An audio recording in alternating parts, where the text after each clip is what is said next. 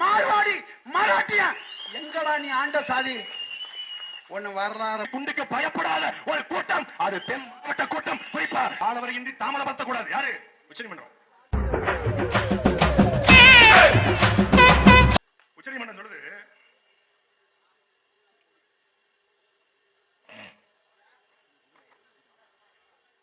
காடுகளை ஆக்கிரமித்துள்ளவர்களுக்கு மறுவாழ்வு அளிப்பதும் அவர்களை வெளியேற்றுவதும் ஒரே நேரத்தில் நடக்கணும்.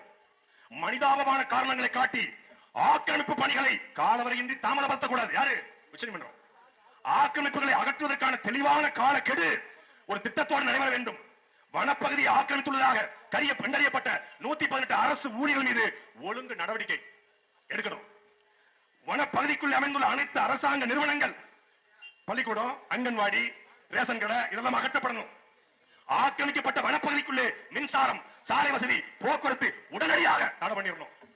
ஆக்கிரமிக்கப்பட்ட வனப்பகுதியிலே முழுமையாக அகற்றப்படும் வரை புதிய வணிகம் சார்ந்த தொழில் நடைபெறக்கூடாது. இந்த உத்தரவுகளை, இது ரொம்ப முக்கியமான பாயிண்ட், இந்த உத்தரவுகளை மாநில அரசு நிறைவேற்ற தவறினால் ஆக்கிரமிப்புகளை அகற்ற துணை ராணுவத்தை கூட்டிட்டு வருவோம். அப்படி வச்சுங்களா? 1920 முதல்ல தமிழ்நாட்டில் காவல் நிலையம் உருவாக்கப்படுது. எப்போ காவல் நிலையம், போலீஸ் ஸ்டேஷன் ஒண்ணு வருது. அது வரைக்கும் போலீஸ் ஸ்டேஷன் கிடையாது, கச்சேரின்னு பேர் இந்த போலீஸ் ஸ்டேஷனுக்கு. அப்போ இந்த ஊபி, மாப்பி, பீகார், அஸ்ஸாம், ஒரிசா அப்படியே ஒண்ணா கட்டுப்படுத்துறாங்க. யாரே வெள்ளக்காரன். அப்படி கட்டுப்படுத்திட்டே வரும் பொழுது மதுரைக்குள்ள கொண்டு ஒரு காவல் நிலையத்தில் போடுறான். போட்டு 86 சமூகங்கள் என்ன பண்ணணும், மாலையில 6 மணிக்கு வந்து காவல் நிலையத்தில் கையெழுத்து காலையில 6 மணிக்கு போனுங்கிறான். அதுக்கு பேரு கைரேகை சட்டம். இது போனா ராணுவம் உள்ள வருங்கிறான். அப்போ நம்ம அப்பத்தாக்கெல்லாம் கிணத்துல தண்ணி பிடிச்சிக்கிட்டு மாடு மேய்ச்சிக்கிட்டு ஆடு மேய்ச்சிட்டு இருக்காங்க. ஊருக்குள்ள ராணுவம் வருது. அப்ப 2 அப்பத்தா சொல்லிருக்கு, ஏட்டி இவன் என்னட்டு கையில கலிகின்ற ஆப்ப மாதிரி உன்னைய கொண்டு வரான், இவன் இந்த கட்டையை தூக்கி அடிக்க நம்ம ஆளுங்க வேல்கம்பியை வீச்சரி வாங்கி கொண்டு வீசிட மாட்டாங்களா அப்படின்னு. ஆமட்டி கலிகின்ற ஆப்பை வச்சு இவன் எப்படி அடிப்பான்? எதை? துப்பாக்கிய கலிகின்ற ஆப்பன்னு சொன்ன இனத்துல பிறந்த கூட்டங்களா இந்த கூட்டம்? அவனுக்கு தெரியும். அதான் ஹிமாயன் குறிப்பிட்டாங்க, இந்தியா முழுக்க வெள்ளைக்காரன் கட்டுப்படுத்தினான். வெள்ளைக்காரன் தன்னுடைய ரிப்போர்ட்ல எழுதி வச்சிருக்கான், நம்முடைய துப்பாக்கிக்கு, பீரங்கிக்கு, குண்டுக்கு பயப்படாத ஒரு கூட்டம், அது தென் மாவட்ட கூட்டம். குறிப்பா இந்த உசிலம்பட்டி தேனி கூட்டம். எங்க வந்து துணை ராணுவம்? உச்ச நீதிமன்றம். ஆனா அந்த உச்ச நீதிமன்றத்துக்கு சாமானிய மனிதன் கடமலை குண்டுல, மேகமலையில, வருஷ நாட்டில் வாழக்கூடிய நம்மால் போக முடியுமா என்றால், இங்கிருந்து கிளம்பி போறதுக்கு 48 மணி நேரம் ஆகும் டெல்லிக்கு போறதுக்கு. நாம போய் ஒரு பெட்டிஷனை போட்டு அதை எடுத்து விசாரிச்சு வர முடியுமா? வர முடியாது. ஆனால் ஒரு பொதுநல ஆர்வலர், யாரு? ஜான் கென்னடி என்கிற ஒரு பொதுநல ஆர்வலர், மதிப்பிற்குரிய ஒரு சகோதரன், இந்த அகஸ்திய மலை என்று அழைக்கப்படுகிற சிறுவள்ளிபுத்தூர் இந்த மேகமலை புலிகள் சரணாலயத்தில் இருக்கக்கூடிய வருசநாடு, மேகமலை, கடமலை குண்டு உள்ளிட்ட 96 கிராமங்களிலே 5000க்கும் மேற்பட்ட ஹெக்டேர் நிலப்பரப்பை 4601 ஆக்கிரமிப்பாளர்கள் ஆக்கிரமித்திருக்கிறார்கள். இவர்களால், இந்த ஆக்கிரமிப்பினால் இந்த மலை காடுகள் பாதிக்கப்படுகிறது, இங்க இருக்கக்கூடிய புலிகள் பாதிக்கப்படுகிறது, இங்களுடைய வன உயிர்கள் பாதிக்கப்படுகிறது. இது கேரளாவுக்கும் பாதிப்பை உருவாக்குறது என்று ஒரு பொதுநல வழக்கு போடுறாரு.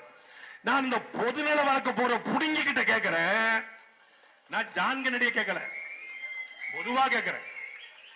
ஐயா, பொதுநல வழக்கு போடுற புடுங்கி, அதாவது நிலத்தை எங்க கிட்ட இருந்து புடுங்குவதனால் நீங்கள் புடுங்கி தப்பா எடுத்துக்காதீங்க.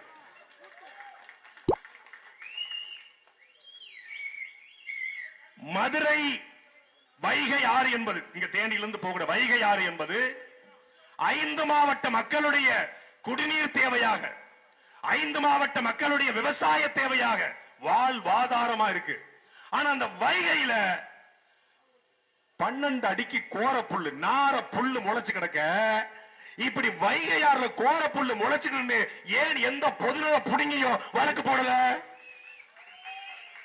ஆத்துல தண்ணி ஓடக்கூடிய வைகையில சாக்கடை ஓடுது.